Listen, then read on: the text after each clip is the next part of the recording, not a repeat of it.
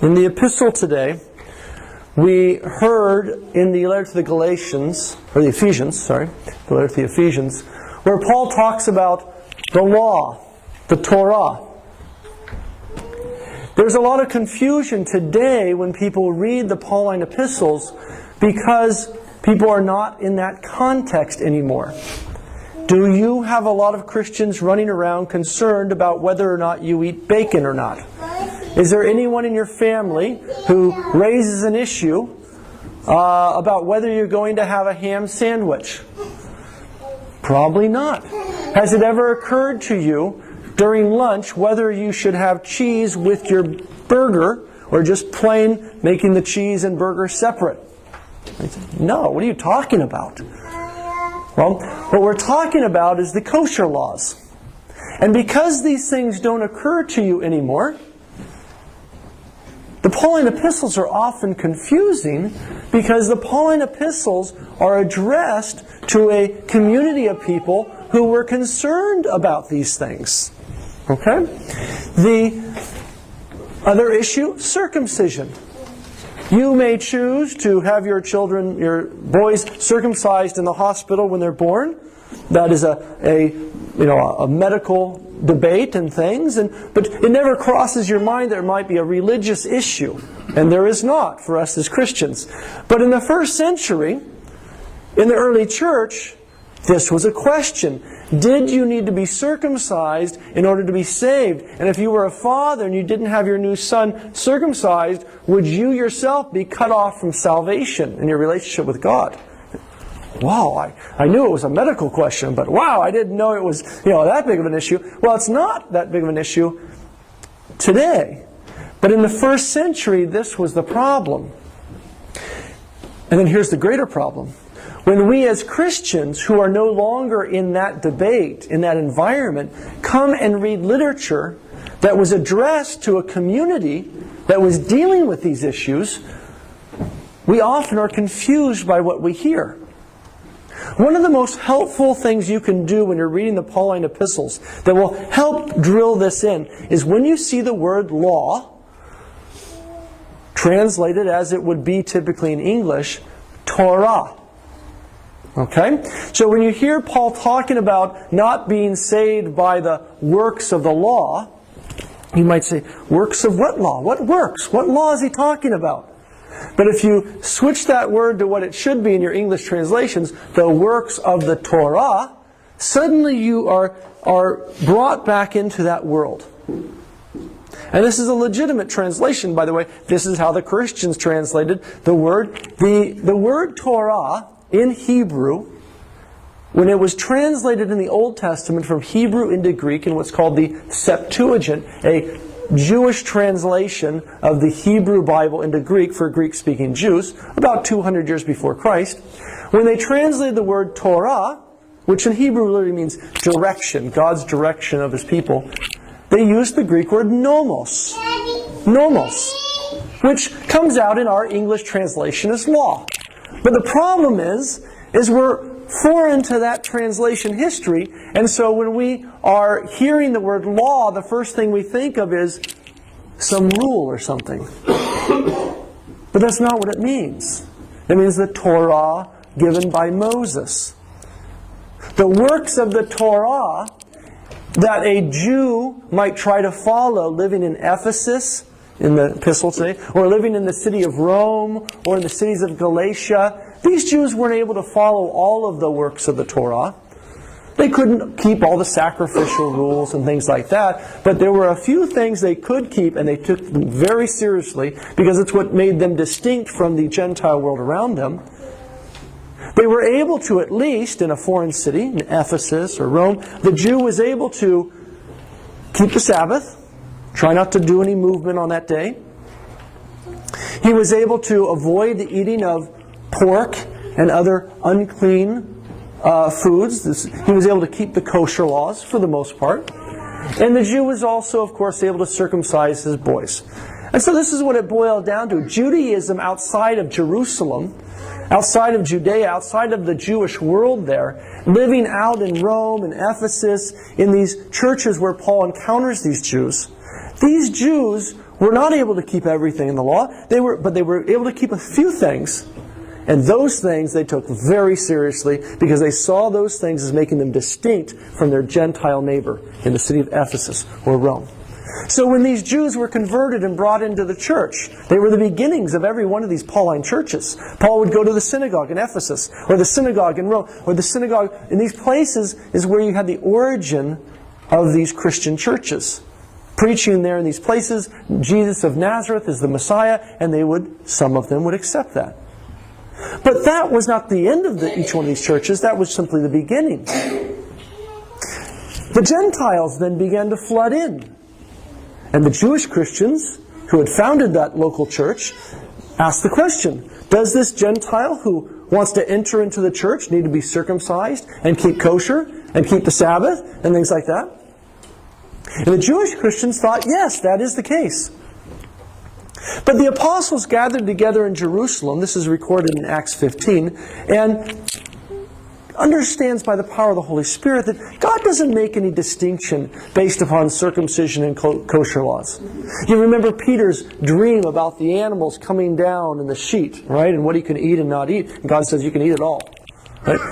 Jesus had taught his disciples. It's not what goes into the mouth that makes the man unclean. It's what comes out of his mouth. For what comes out of his mouth comes out of his heart.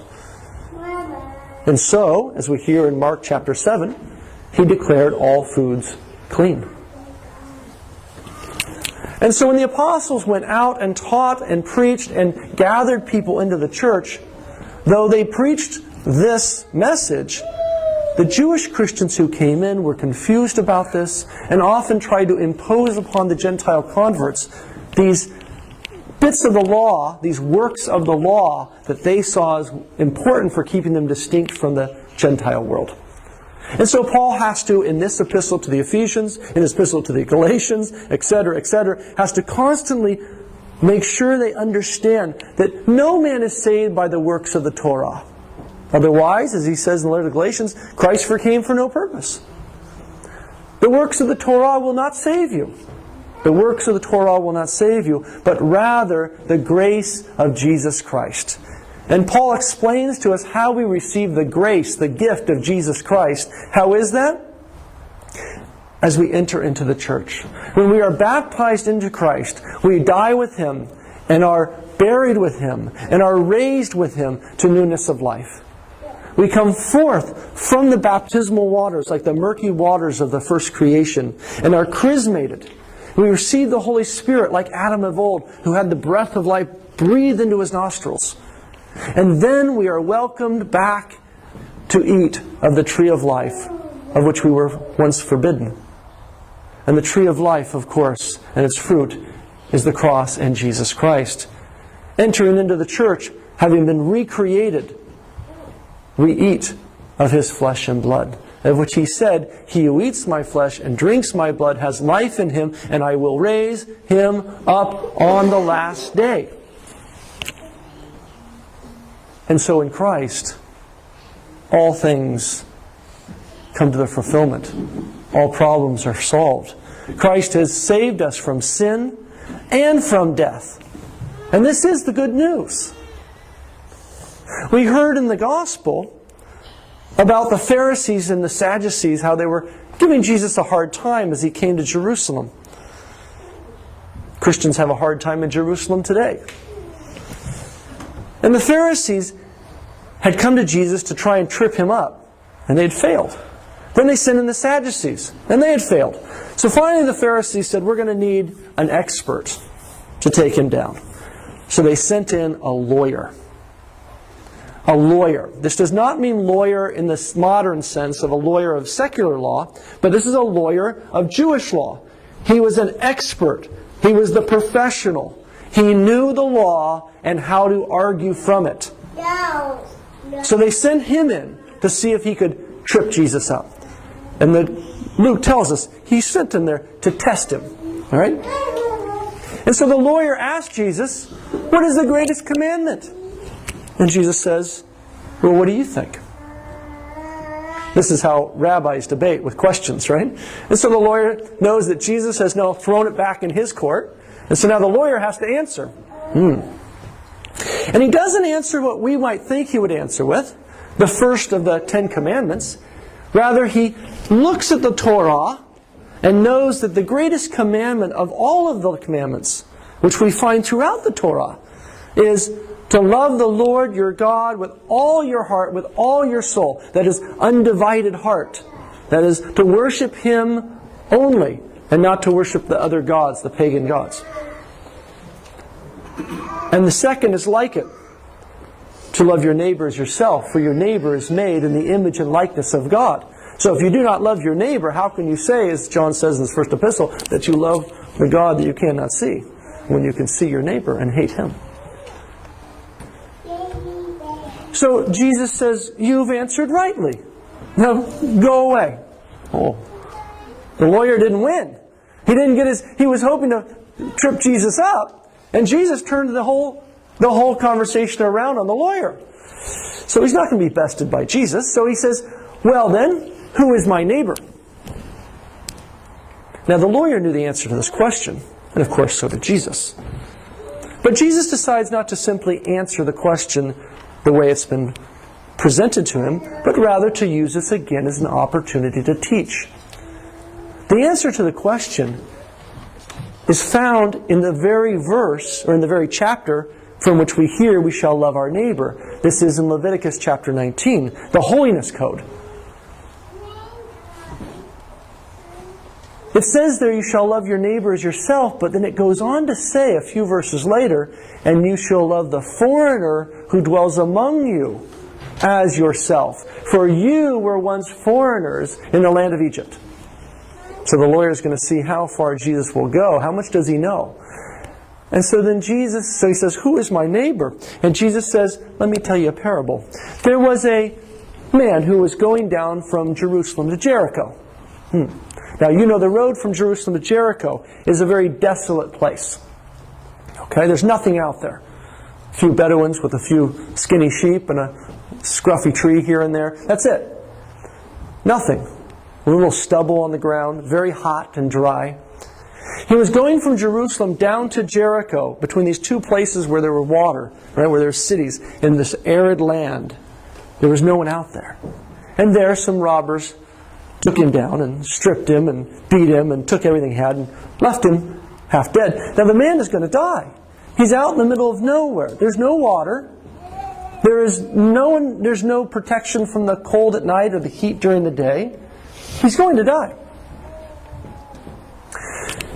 And then Jesus says that a priest went down that way, right? Had just left Jerusalem, having offered his sacrifices. He'd just spent his 2-week stint in the temple, and now he's returning to his home. And so he left and went down to Jericho to head off to wherever his village was. And he saw the man, a fellow Jew, half dead, and walks by on the other side of the road and passes him. Why? Because the priest is afraid if he touches that man and he gets blood on him, then the priest is now unclean. Right? And then he has to bathe and wait until sunset, till the next day, in order to be clean again. He doesn't want to be bothered by this. He would rather keep the letter of the Torah, that is, you shall, as he saw it, you shall not touch anything unclean, than care for this man who is in need. So he walks by. And then a Levite. The Levites are the tribe of Levi from which the priests came. And they functioned like deacons, basically.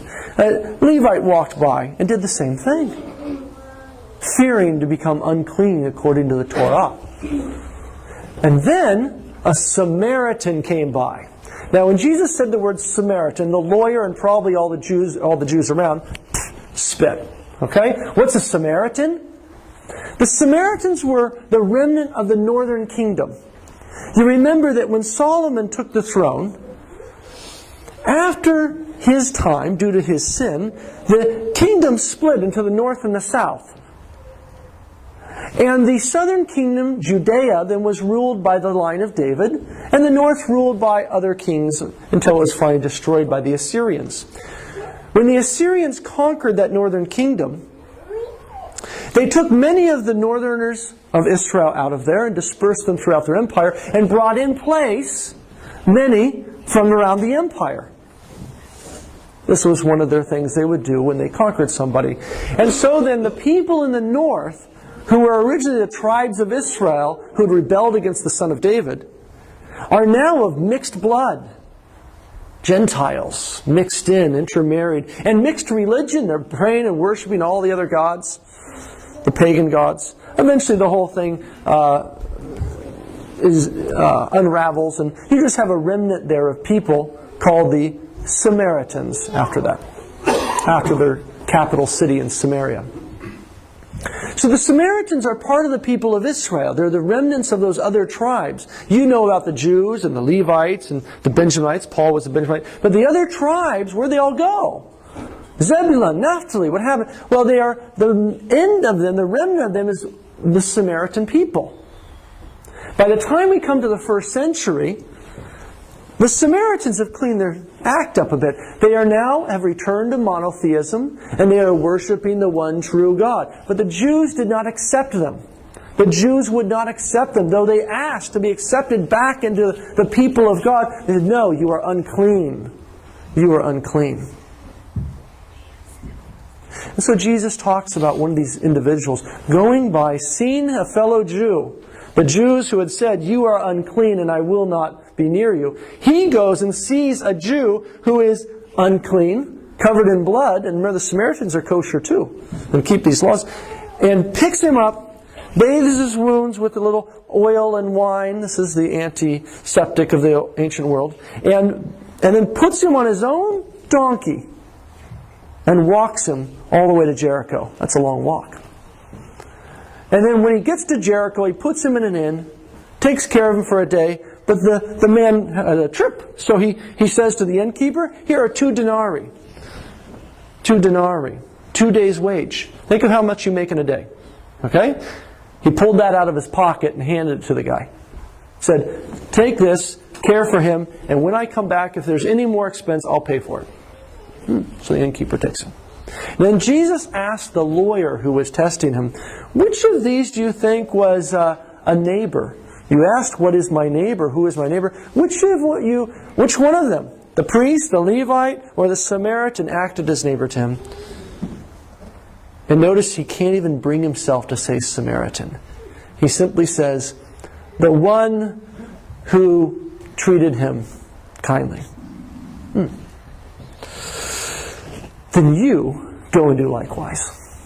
After this, the Pharisees stop sending in lawyers. They're done. Jesus has taken down their experts. Okay? They're talking to the Torah himself in the flesh. But what lesson can we learn from this today? First of all, hopefully, you can learn the lesson that Judaizing is a heresy that the early church tried to put down, but tragically keeps cropping up here and there in the history of Christianity. The first heresy the church had to face was the Judaizer heresy. That is, you have to be circumcised and keep kosher to be saved. But this heresy arose again in the Middle Ages. All of them apostatized and eventually went off and left Christianity. Today, there are Judaizer heresies that float around. The most popular of them would be the group called the Seventh-day Adventists or the Messianic Jews, which are neither Messianic nor Jews, but that's for another discussion. But these groups of Christians are interested more in keeping circumcision and keeping the law than they are in studying these passages in context to understand them. That Jesus fulfilled all of these things, as he said. Tragically, among the Messianic Jews and Seventh-day Adventists, once they begin down this road, before they know it, often they end up in full apostasy. That is, leaving the church, leaving Christianity altogether. So this is something the church has shown us from the beginning. Jesus said, and remember this, all foods are clean. So you can have your bacon, just not too much, otherwise you'll upset your cardiologist. Now, what does this mean for us? Besides that, we learn from it the story of the Samaritan who was loving to those who were not loving to him. Right? And so we hear in this Gospel, as we do in many Gospels from Jesus, that we must love our neighbor as ourself. This is an important Gospel to hear as we approach the Nativity Fast, which begins in the traditional counting this week.